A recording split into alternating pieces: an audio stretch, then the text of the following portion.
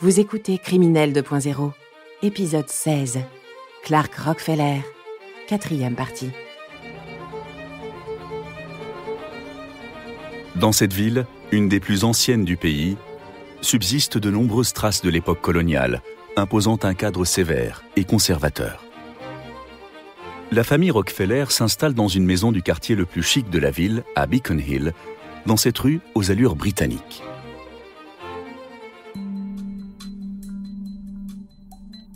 Ici, Clark vit une vie de père au foyer et devient de plus en plus exigeant avec l'éducation de sa fille.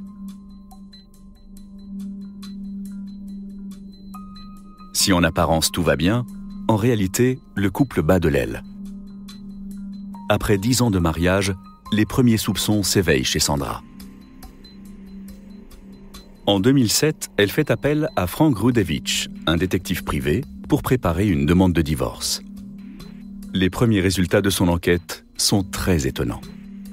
On ne pouvait trouver aucune information sur Clark Rockefeller avant 1993. Frank Rudevich, En somme, il semblait être né à l'âge de 38 ans. détective privé. Il nous a dit qu'il était né le 29 février 1960 à New York. Cela correspondait bien à un Rockefeller, mais ce n'était pas lui. Clark, qui est au courant de l'enquête, tente de le mettre sur une fausse piste.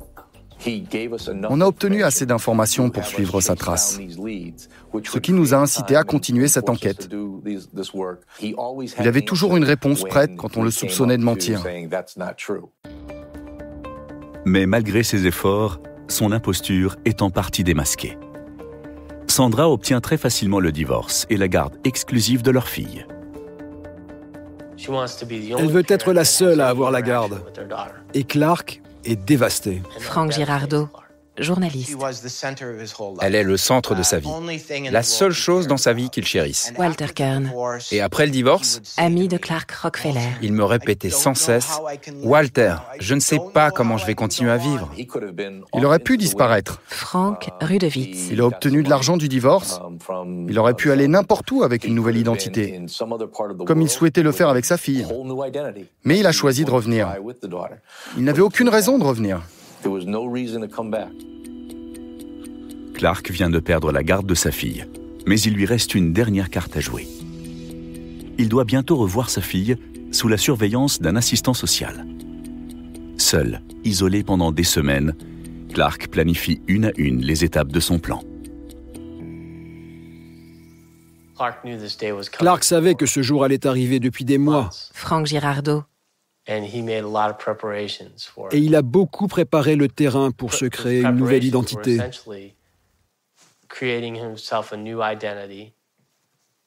Utiliser l'argent de Sandra pour se trouver une cachette à Baltimore.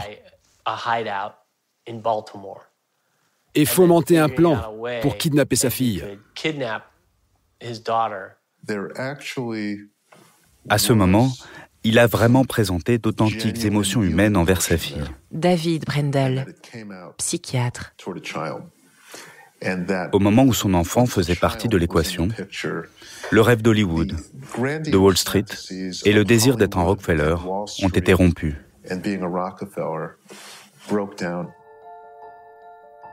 Le 27 juillet 2008, Clark retrouve Ray dans le lieu le plus ouvert de la ville, le parc public de Boston, posé au milieu des immeubles à la vue de tous.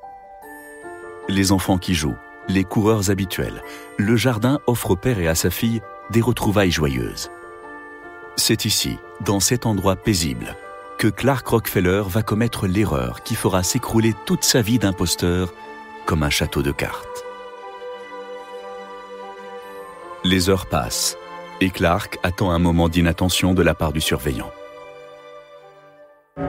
Le moment venu, il n'a pas une seule hésitation.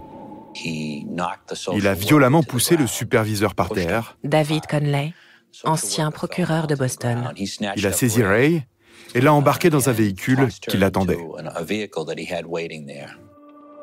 Une première voiture, une deuxième. En quelques heures, il atteint New York, puis la ville de Baltimore. Là-bas, un appartement et un bateau l'attendent au nom de sa nouvelle identité, Chip Smith. Pendant plusieurs jours, il garde sa fille ici. À Boston, le procureur Daniel Conley et le FBI sont en alerte maximale. Ray, sa fille, était notre priorité. On était inquiets qu'il fasse du mal à l'enfant. Il avait eu un divorce difficile avec son ex-femme. Sandra avait peur de lui. Et on le sentait d'une certaine façon capable de violence. Son portrait est diffusé en masse. Et alors que les autorités semblent avoir perdu sa trace, un homme signale avoir reconnu le faux Rockefeller.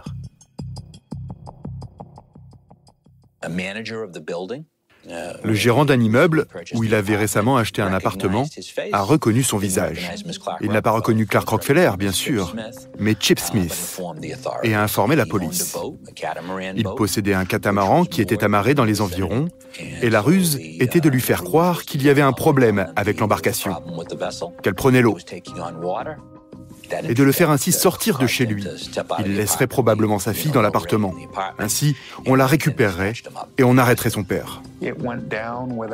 Il s'est rendu sans aucune violence, sans résistance. Brad Bailey, Il a coopéré avec la police. avocat de Clark Rockefeller. La police ne sait pas vraiment à qui elle a affaire, mais les résultats des analyses d'empreintes vont vite révéler une identité. Ils ont comparé ces empreintes avec la base de données nationale Frank Girardeau, et ils ont trouvé des empreintes identiques. Ce n'était pas celle de Rockefeller, mais celle d'un certain Christian Karl Gerhardstreiter. Il disait à la police « Non, je ne suis pas Christian Karl Gerhardstreiter. Je me fiche de ce que disent les empreintes digitales. Je suis Clark Rockefeller. » Les gens dont la personnalité est structurée de cette façon, David Brendel, dans ce genre de situation, en viennent à croire indéniablement à leur histoire et peuvent même oublier tout ce qui s'est passé avant, où ils ont grandi, d'où vient leur famille. Clark Rockefeller, Christopher Crowe, Chris Chichester, Christian Gerhardstreiter sont la seule et même personne. Pire encore, Clark est un imposteur, mais également un meurtrier. Le corps de John Sohus a été retrouvé en 1995. La police californienne recherche Chris Chichester depuis plus de 20 ans. Lorsque les masques tombent, Walter Kirn est sous le choc. Je vois la nouvelle et le sol s'est dérobé sous mes pieds.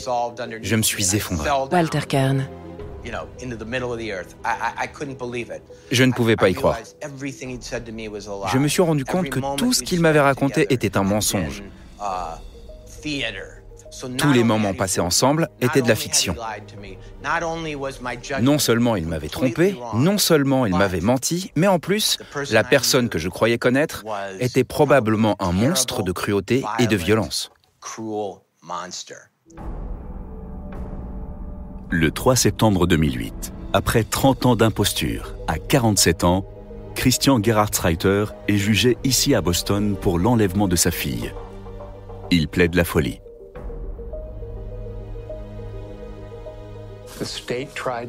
L'État a essayé de prouver qu'il ne souffrait d'aucune maladie mentale, Brad Bailey, lui empêchant de distinguer le bien du mal. Mais la défense a appelé à la barre un expert qui a confirmé qu'il ne pouvait pas faire la différence entre le bien et le mal. Et de ce fait, il ne pouvait pas se conformer à la loi. Finalement, le jury s'est rangé du côté du procureur et a jugé qu'il était sain au moment des faits. Et l'a ainsi déclaré coupable. Il purge sa peine à Boston pendant 5 ans avant d'entamer son deuxième procès pour meurtre en mars 2013. Christian a maintenant 52 ans. Il est absolument seul. Ses parents sont décédés et aucun membre de sa famille n'a voulu venir le voir en prison. Il est condamné à la peine maximale, prison à perpétuité. Walter Kirn a suivi toute l'affaire, mais il n'a pas obtenu toutes les réponses. Après le procès, il rend visite à son vieil ami. Le souvenir de sa dernière rencontre lui glace encore le sang.